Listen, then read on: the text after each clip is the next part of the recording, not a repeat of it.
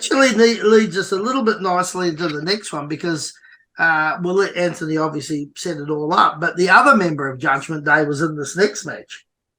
And I thought he probably worked the best I've seen him work tonight. But we'll get to that in a minute. Which saw, for the first time ever, the United States title being defended inside the demonic Elimination Chamber. Mm-hmm. Which saw Austin Theory defend the title against one half of the Street Profits, Montez Ford, Bronson Reed, Australia's own. Australia's own Bronson Reed, the other third of the Judgment Day, Damian Priest, the other quarter. Yes. Yes. We know what you mean. Yeah. Yep. Versus Damian Priest, Johnny Gargano, and Seth freaking Rollins. Yeah, now, again, it was interesting that Theory came out first, so obviously he was going to go and do a pod. I wrote down in my notes that I thought if because there's been a lot of talk about Montez Ford getting a big push in the singles and that. I actually thought this might be the night he might win it and this starts his push. And I thought that all the way through. And then as I was watching the match and the way Priest was going, I thought, if it's not Ford, it might even be Damian Priest. And they're starting to load up what the Judgment Day might have in their whatever. But I was wrong on both counts. I was marking out for Damian Priest, hoping he was going to get the belt and bring some gold back to Judgment Day. You ask Anthony. So I wanted him to win it bad. Look, I don't know if it was me or what, but I'd be very interested in both your learned opinions. I thought that was probably overall the best I think I've seen Priest work, and he's done some good stuff previous. He was on fire tonight. I liked his work, his timing, his execution, his thought process. I actually thought it was the best I'd seen him work. This is the best I've seen him work since NXT. Oh wow! Okay. Right. Because I think NXT he had pressure, but not as much pressure as when he stepped up to the main card. Yeah. And then they threw the United States Championship on him pretty quick, and then they took the belt off him pretty quick. I think that was all around that big Bad Bunny time because I think he was a major influence in getting Bad Bunny over. So, but I think now he might have found his own skin. Yeah. Now, and I think he's starting to, with the whole Judgment Day thing, they found their own skin, their own bit like Rhea Ripley. Rhea Ripley before Judgment Day was a little bit lost. I think that group, even Finn Balor, they've found their own little skin. Dom have found their own little skin. Yeah, they've all found their little spots. Yeah, and I think that's look, mate, he's a future world champion. I like him. Priest. He really, really stood out. Although I must say, I thought all of them. And even Johnny Gargano, who I'm not. I hate Johnny Gargano. Yeah, but he's just I know. He's a Kmart freaking Will Austin Aries. He's sort of a GoBot of Austin Aries or something, or I don't know what he. But give him his due. I actually thought he. I don't think there was one weak person in the match. I thought they all did well. I think Melbourne's own Bronson Reed. I thought he played the powerhouse, the really big guy, 330-pounder role.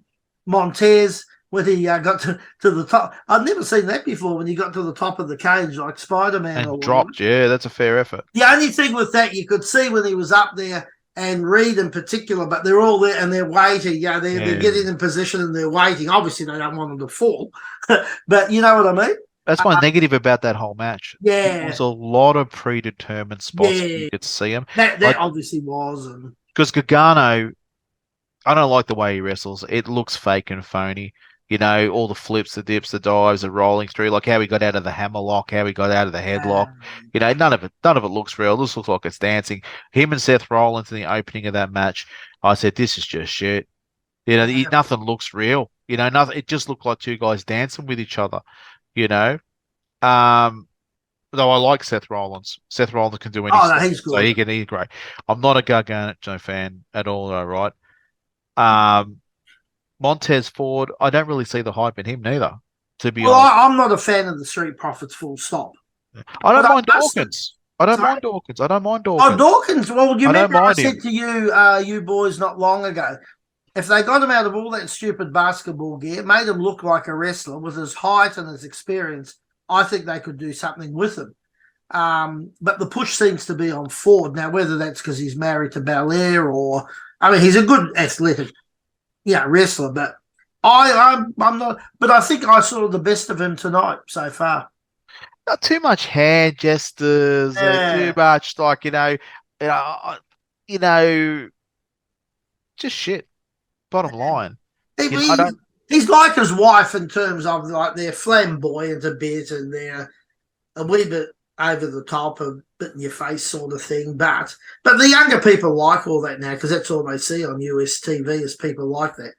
yeah, I guess so. Reality TV. I wouldn't buy a ticket to see him. No, No, no. But I actually thought, and he looked a bit apprehensive in the pod, like he was, everything just kept pointing towards shit. I think they're going to put him over tonight, and this could be his start. And then Corey Graves said something in the commentary. He goes, "It's tonight the night where we really see." Here we go. Yeah, okay, so I'm right, but I wasn't. I think this says a lot though for Austin Theory. Yes.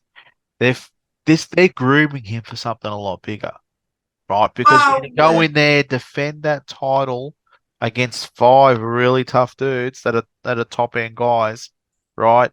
Come out with the belt. Yeah, that's a big statement. Yeah. That's a big statement as far as booking wise. That's a big statement. Well, he retained the belt, but they certainly didn't kill off Seth Rollins. No. Which is interesting. I want to ask you your thoughts. Now, whether Montez was genuinely injured, and to me, maybe he looked a bit concussed. He may have slightly knocked himself out. But was it that? Because that's what I thought at the time. I thought, no, shit, I think when he got stomped, I think he took it, But then, so they had the what do you call it, the Elimination Chamber door open, and they're trying to get him in, and the door stayed open a little bit, and then of course Logan Paul appeared. Yeah. So what I'm half thinking he was genuinely concussed and they got him in, but they didn't sort of shut the door, or was that a lead-in for a reason to have the door open so that Logan Paul could come in? I think their policy now, in anything like that, is they stretch him out. They don't take the chance anything that's a head or a neck injury. Because even when they were walking him out, like he sort of fell on the. Yeah, I think that might have been a little bit of an act. Because then I started thinking, well, hang on, have they done this as a reason why the door's open? Because otherwise, how was Logan Paul going to get in? That's exactly right. I think that's how it was. I think you're right that it was a work, because the bottom line is that WWE now, if you get an injury like that, they won't move you. Okay. Because it's a neck and head injury. So whatever, his neck was broken, you got 5 or 6 guys picking him up. Well, I'll tell you what, then, if that was a work. He done a good job. He absolutely, because he had me, because I thought right up until Logan Paul appeared, and then I thought, oh, hang on a sec. Up until that moment, because that's the last thing obviously I was expecting, I thought, shit, he's knocked it. My initial thought was he's knocked himself out. No, I think it was a work, because you wouldn't. Well, then he did it brilliantly. Yeah, you wouldn't take that. One, he took the bump. 2, and he bumped back into where he needed to be in position to be pinned. Okay. Right, and 2. If it was that kind of injury and the ref called them in, right, they wouldn't. They'd bring medics in because of the past history with broken necks. Yeah. They wouldn't have 5 or 6 guys just picking him up from the arms and dragging him out. Well, then he take a risk. He done a great job. He executed beautifully. 11 out of 10 for the execution of that. That's it. He went out, made time for Logan Paul to get there. Logan Paul's timing was just a wee bit out. He was probably just a fraction early. But you don't. What are you expecting? I mean, the guy's been in the business half a minute, but also using the buckshot lariat to come in and hitting Seth Rollins. Seth Rollins not seeing him until the last minute, looked a bit dodgy. Yeah, and then But they've been building a bit of heat because, of course, Rollins has come out, Anthony, on numerous occasions basically just saying, Logan Paul's not really interested in wrestling. It's just about. Oh, he's 100% too. And he's right. Yeah, he has. That's right. Yeah. So they had some ammunition. So that when he appeared and then that happened, well, you can see obviously at Mania it's going to be Seth and Logan Paul. Common sense would say to you if I'm working in that match, Yeah. right, and I know he's going to come in from my right, Yeah. right, and this guy here, right, is going to set me up with something to hit me. One of them or both of them should have moved to a point where Rollins' back was to the guy. Yeah. It's little things like that. It's 1%ers that makes that spot look good or not look good, right? Because if they had have done it right and all it would have took was Austin Theory to move to the corner opposite the side he was coming in and have things start off in the middle of the ring with whatever he was going to do, right? And then all he had to do was when Logan got in the ring or Logan was getting in the ring, point behind him and Rollins turns around, he gets hit, he doesn't see what happened. But he's sitting there watching this guy get in the ring, then runs into a buckshot lariat.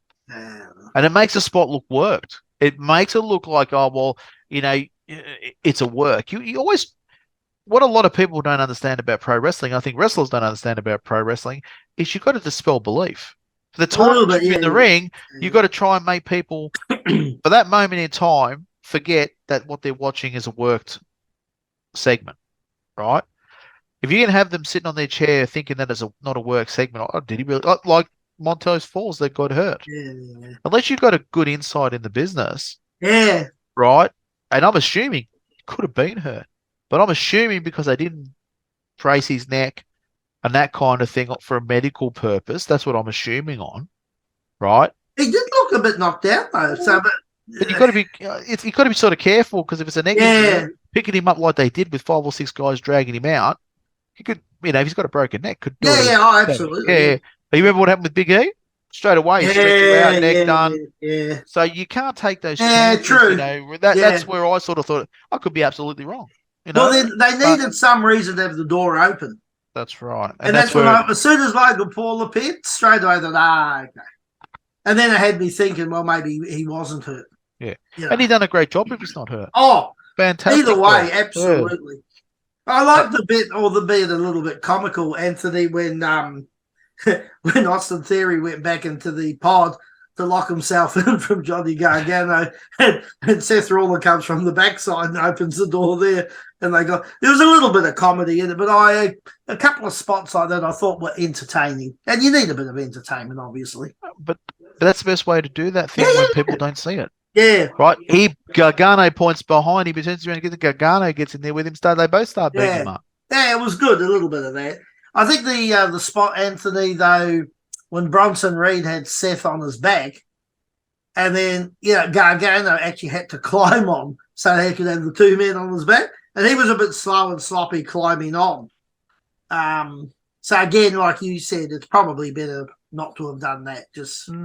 I know they want to show he's a powerhouse and he can have 2 men on him and blah, blah, blah. And Gargano probably weighs about as much as you do, Anthony. So there's not a lot of extra weight going on as opposed to if me or Mike were on there. That's right. But, little things like that. But look, overall, I actually thoroughly enjoyed it.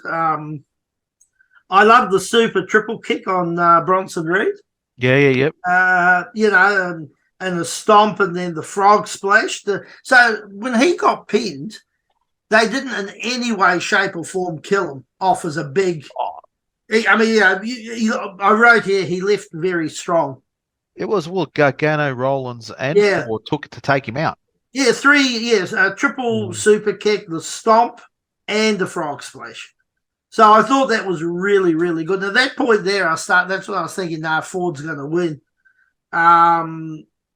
The Gargano and Rollins spot on top of the pod was interesting, but then the spot looked, actually when Gargano came down, he looked hurt. I don't know if it was the side of his head or his arm or both. It looked like he clipped. Yeah, he clipped either the pod on the way down. Yeah, I think so. Yeah. It was a good spot. Risky. Good spot, but risky. Damian Priest once again looked strong when he went out because it was a top Yeah. team Well, blockbuster. none of them looked weak, did they? No. They all look good. And Only which thing I didn't like is there wasn't a good flow to the outs. They all sort of happened in one hit, like one block or bang, bang, bang, bang, bang. You yeah, know, well, But other than that, I actually between you and me, I think the girls were a better match. okay, because I actually scored this one a little bit higher than the girls. Okay. I went 9. No, I didn't go that high. 7.5. Anthony? 7. Oh, you're harsh, Anthony. Yeah, no, I didn't go. I thought some of the wrestling was a bit unrealistic, and some of the spots were a bit unrealistic. The eliminations, how they all just banged up in one row, worked, and the end spot killed it for me too with Logan Paul. And I don't mind Logan Paul getting involved and setting up a feud between him and Seth. I've Because got he no issue showed with he can that. work a bit. I've got no issue with that. Yeah. But the way they did it, where Rollins is basically looking at him, pretending he's not looking at him. Yeah. That looked just really fake. I think the other thing they probably make as well is Rollins wouldn't have a lot of confidence in him, so he probably wants to see what's coming in case he needs to adjust or. Yeah, but I know, but you're taking a clothesline. I mean, you're not taking anything else, and I'm pretty sure with training with Michaels that Logan Paul would know to wait till the guy's sort of facing him before you hit him. So, I mean, the spot just looked bad. It looked like it was predetermined. And what you're always trying to do is make the fan guess whether it was predetermined or not. Yeah, of course you are, yeah. That's what you're aiming for, and it wasn't an attempt at all. It wasn't, and it wouldn't have been that hard to do. All Theory would have had to have done was roll into the corner directly to his right, which is opposite to where Logan Paul was coming in, and turned brought Rollins into the middle of the ring and turned his back on that corner in the door. Once that happens, and you don't know what's going on. It's like the simple thing when you run the ropes. So many guys I watch, they run the ropes, and they look at the guy and keep looking at the guy as they hit the ropes and come off, and then the guy dropped down in front of him. But you've seen all this happen. Why wouldn't you just grab the rope? When you turn your back and you run away, you don't see the guy get up or what he's doing. When you turn off the ropes, that's when you see it's too late. So you've got to give the guy an opportunity not to see you, not to see what's going on. And remember, these are the best of the best apparently, and they didn't execute that. Nah. It wasn't executed, so that's why they got 7.5. I enjoyed the match.